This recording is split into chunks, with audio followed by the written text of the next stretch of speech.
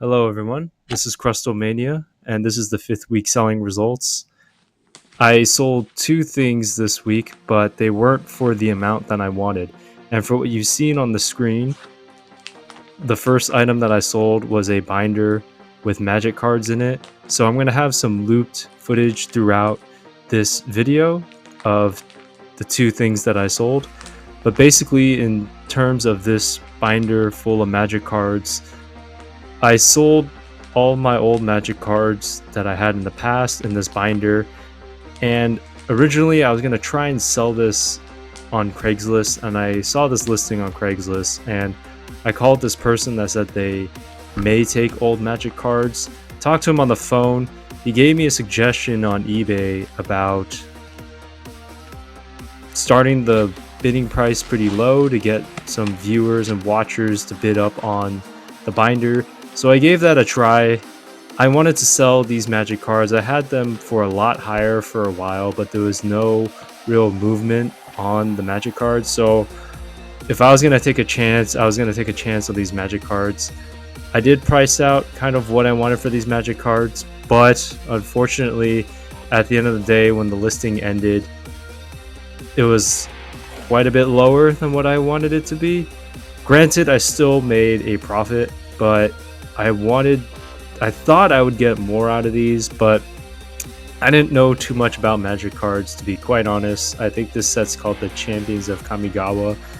I know they're not the most sought after set, so it was interesting to see that the bidding for it was a bit lower than what I wanted, but I still sold the card and the binder and the card. So I sold all the cards in it with this binder. So it was a pretty good deal. So whoever's getting these magic cards, it's getting a pretty good deal. I'm not even gonna lie. But in that, I wanted to try this for this set of cards just because I've been wanting to kind of move these magic cards for a little while.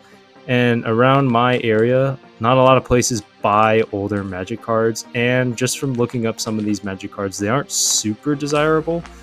So that is the reason why I'm not super happy about the price, but you know, it's sold. I got to get it to the customer, and you know, I got to uphold my reputation that it's sold. So overall, I'm just happy that I don't have the magic cards anymore. They're not sitting around where I live and taking up space. So it's nice that they went to a good home, and even if that person resells it, I don't even blame him because I understand the name of the game. So anyways, the second card that I sold this week was very interesting. I was surprised.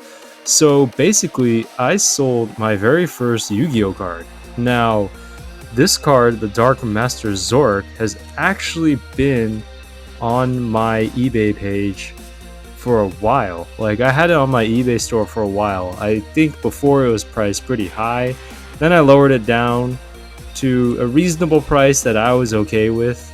And basically it sold. Again, it's one of those situations where I woke up the next day and the card sold. I guess the end of the listing, someone bid on it, and it was at an affordable price, but for what I would have sold this card on TCG Player for, I probably got a little bit more on eBay. So I was pretty happy.